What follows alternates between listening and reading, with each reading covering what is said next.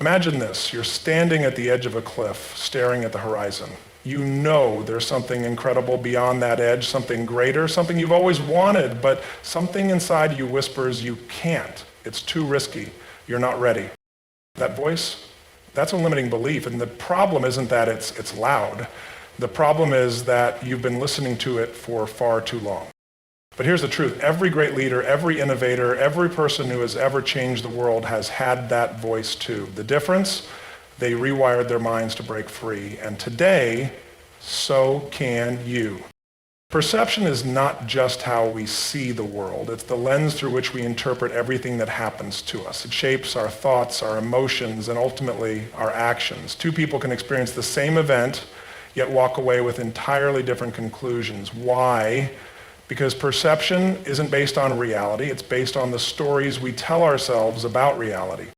Think about a time when you faced a challenge. Maybe you didn't get the job you wanted, maybe you failed at something important, maybe someone doubted you, and for a moment you doubted yourself too. In that moment, your perception defined everything. Did you see it as a sign that you weren't good enough, or did you see it as an opportunity to learn, to grow, to come back stronger? The human brain is wired to seek patterns, to find meaning, to create narratives.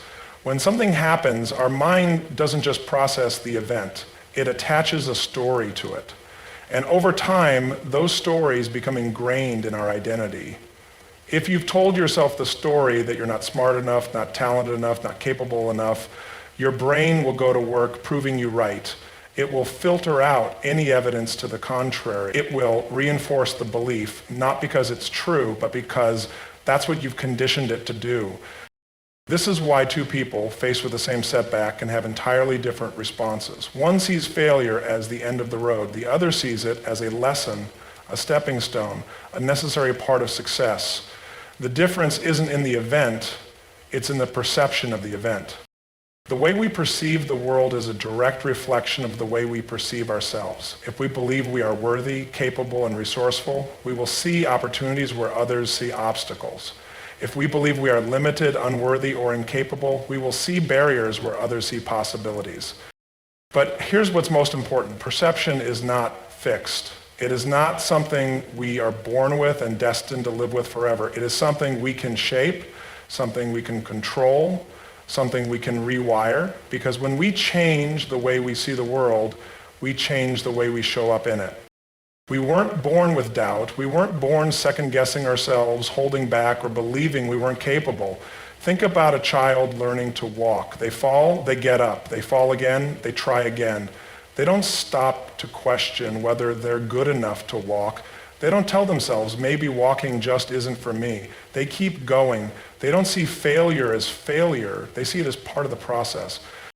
So where do limiting beliefs come from? At some point, we learn them. They are passed down to us through experiences, through words spoken to us, through the world around us. Maybe it started in childhood, something a teacher said, a parent implied, or a friend teased us about. Maybe it came from a single moment of embarrassment or failure that stuck with us longer than it should have.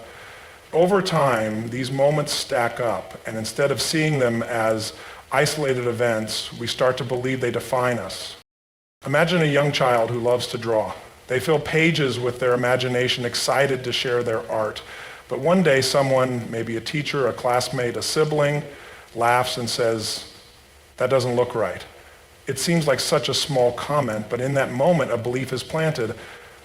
I'm not good at drawing. The child stops sharing their work, then stops drawing altogether, not because they lost their ability, but because they believe they're not good enough. Now apply this to bigger things. A student struggles with math once and hears, "You're just not a numbers person."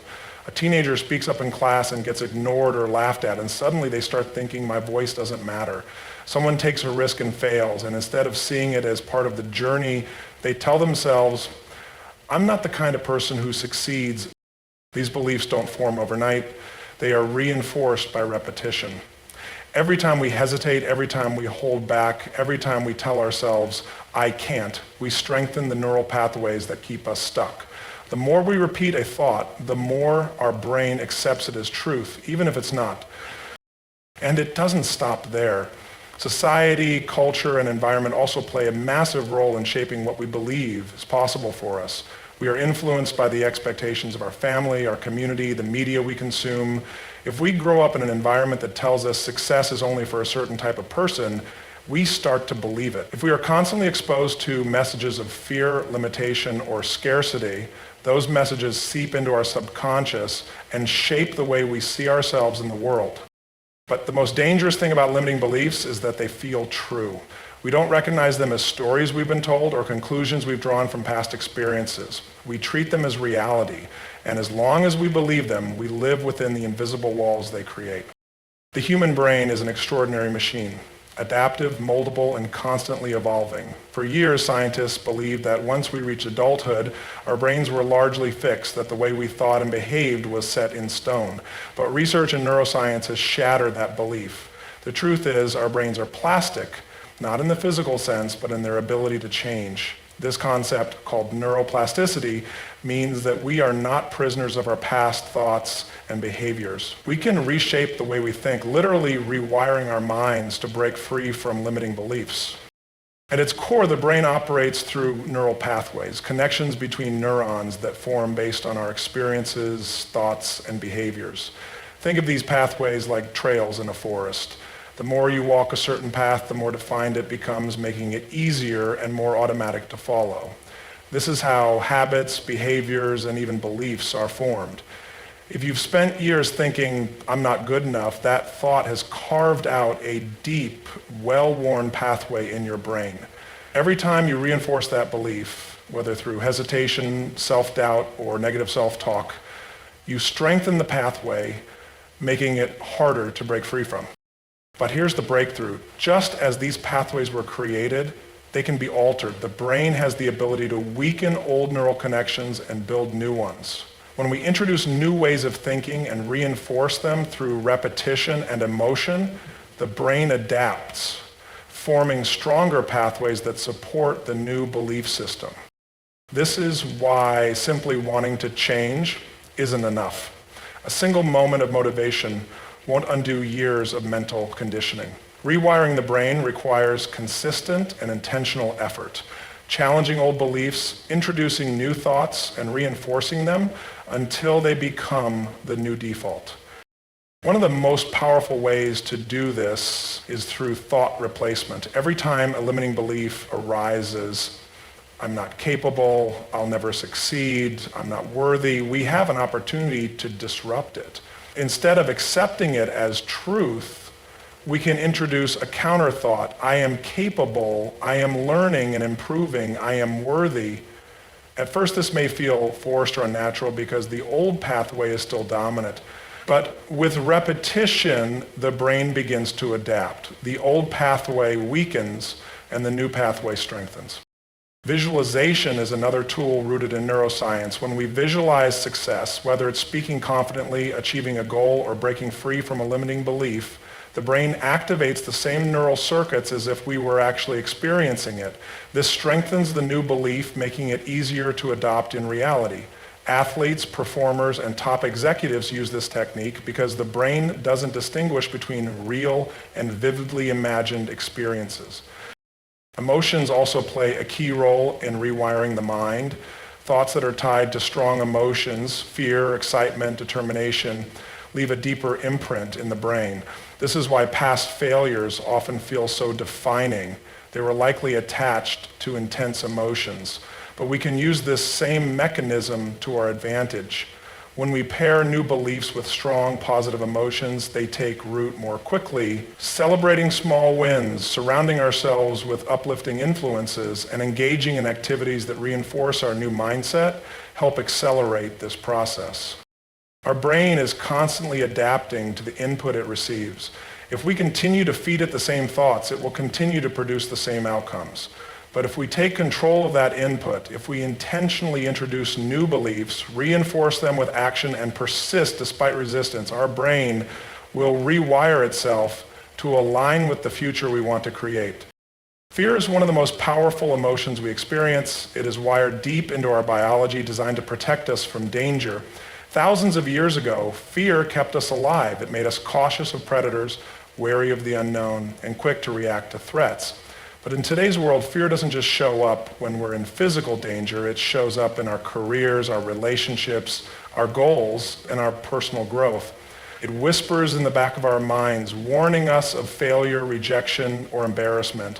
And because our brain is designed to prioritize survival, it treats these emotional fears as if they were life-threatening. The problem is that fear doesn't just warn us, it paralyzes us. It convinces us to stay in our comfort zones, to avoid risks, to settle for what feels safe instead of what feels meaningful. It tells us stories. What if you fail? What if people judge you? What if you're not good enough? And because fear is so deeply ingrained in our thinking, we don't even recognize it as fear. We rationalize it as logic. I don't have enough experience. It's just not the right time. I'm not ready yet. These thoughts feel responsible and practical, but in reality, they are fear in disguise.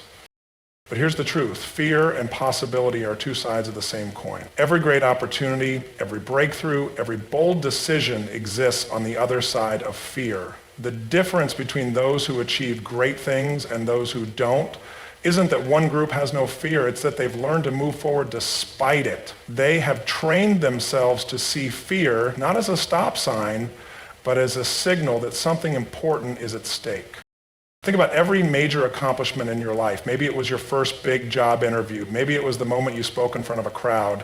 Maybe it was a leap you took into the unknown. Did fear exist in those moments? Of course. But what happened after you pushed through it? Growth, confidence, a new level of belief in yourself. Because fear is not an indication that you should stop, it's an invitation to step forward. Shifting from fear to possibility starts with awareness. We must first recognize when fear is driving our decisions. The moment we hesitate, the moment we feel resistance, we need to ask ourselves, is this a real danger or is this just discomfort? Most of the time it's the latter. The brain treats uncertainty as a threat. But uncertainty is not the enemy. It's the birthplace of every possibility we've ever dreamed of. Reframing fear is the next step. Instead of asking, what if I fail, we must learn to ask, what if I succeed? Instead of dwelling on everything that could go wrong, we must train our minds to focus on what could go right. This doesn't mean ignoring challenges or risks. It means choosing to see the potential rather than just the obstacles. Reframing fear is the next step. Instead of asking, what if I fail, we must learn to ask, what if I succeed? Instead of dwelling on everything that could go wrong, we must train our minds to focus on what could go right. This doesn't mean ignoring challenges or risks. It means choosing to see the potential rather than just the obstacles. Taking action in the face of fear is the ultimate rewiring mechanism. The more we act despite fear, the more we prove to ourselves that fear is just a thought, not a reality. Confidence doesn't come before action, it comes from action. The first time we step into the unknown, it feels terrifying. The second time, slightly less. And over time, what once felt impossible becomes second nature. Fear will never disappear completely. It will always show up when we're about to do something meaningful. But we have a choice. We can let fear dictate our lives, or we can shift our perspective and step into the possibilities waiting on the other side. We like to believe that we are independent thinkers, that our beliefs, attitudes, and behaviors are entirely our own. But the truth is, much of who we are and what we believe is shaped by the environment we live in and the influences we surround ourselves with. The people we interact with, the culture we absorb, the experiences we have, these all play a massive role in shaping our mindset, our confidence, and our sense of possibility. From the moment we are born, we are absorbing information about the world. As children, we look to our parents, our teachers, our communities to understand what is acceptable, what is possible, what is expected. If we grow up in an environment where people believe in hard work and ambition, we naturally internalize that belief. If we grow up around people who are constantly fearful, doubtful, or negative, we absorb that too. Our environment creates the foundation of our belief system long before we even realize it. Think about the 5 people you spend the most time with. Are they lifting you up or pulling you down? Are they reinforcing your potential or reinforcing your doubts? Studies in psychology have shown that our behaviors, attitudes, and even our levels of success are deeply influenced by the people around us. If you surround yourself with people who are driven, ambitious, and growth-oriented, you are far more likely to adopt those qualities yourself. If you are constantly surrounded by negativity, excuses, and small-minded thinking, it will be nearly impossible to break free from that influence. It's not just people. Our physical environment plays a role as well. The spaces we inhabit, the information we consume, the culture we engage with, it all affects the way we see ourselves and the world. A cluttered, chaotic environment can lead to a cluttered, chaotic mind. A space that inspires creativity, order, and focus can help cultivate a mindset that reflects those qualities. The same goes for the content we absorb. If we are constantly watching, reading, or listening to negativity, whether it's the news, social media, or toxic conversations, our minds will naturally be conditioned toward fear, limitation, and scarcity. Breaking free from limiting beliefs isn't just about changing our thoughts, it's about changing what feeds those thoughts. If we want to rewire our minds for possibility, we must be intentional about shaping our environment. We must choose to surround ourselves with people who challenge us to grow, who see possibility where others see obstacles, who believe in our potential even when we doubt ourselves. We must seek out books, podcasts, conversations, and experiences that expand our thinking rather than shrink it. Because whether we realize it or not, our environment is constantly shaping us. And if we are not deliberate about choosing the right influences, we will unconsciously absorb the wrong ones. Change is easy to talk about, easy to get excited about, and easy to start. But sustaining change, that's where most people struggle. We've all experienced it, an intense burst of motivation, a decision to do things differently, a commitment to a new habit or mindset. And for a while it works. We feel energized, determined, and convinced that this time will be different. But then life happens. The excitement fades, old habits creep back in, the limiting beliefs we swore we had overcome start whispering again, and before we know it, we're back where we started, frustrated, stuck, wondering why change never seems to last. The problem isn't that we're incapable of change, the problem is that we approach it as an event rather than a process. We treat transformation like a one-time decision rather than an ongoing practice. Sustainable change isn't about flipping a switch, it's about rewiring the entire system, our habits, our mindset, our daily choices, so that the new way of thinking and living becomes second nature. One of the biggest reasons change doesn't stick is because we rely too much on motivation. Motivation is great, it's the spark that gets us started, but motivation is unreliable, it fluctuates. Some days we wake up feeling unstoppable, other days we don't feel like doing anything. If our ability to sustain change is dependent on how motivated we feel in the moment, we will always struggle. That's why discipline is more important than motivation. Discipline is what carries us through on the days we don't feel like showing up. It's the structure that keeps us moving forward even when the initial excitement has faded. Another key to sustainable change is identity shift. Too often we focus on behavior change without addressing the deeper issue, how we see ourselves.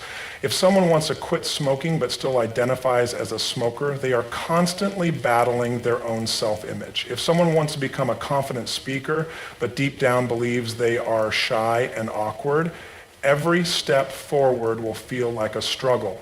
Real change happens when we shift our identity, when we no longer see ourselves as the person trying to change, but as the person who has changed. Instead of saying, I'm trying to be more disciplined, we say, I am a disciplined person.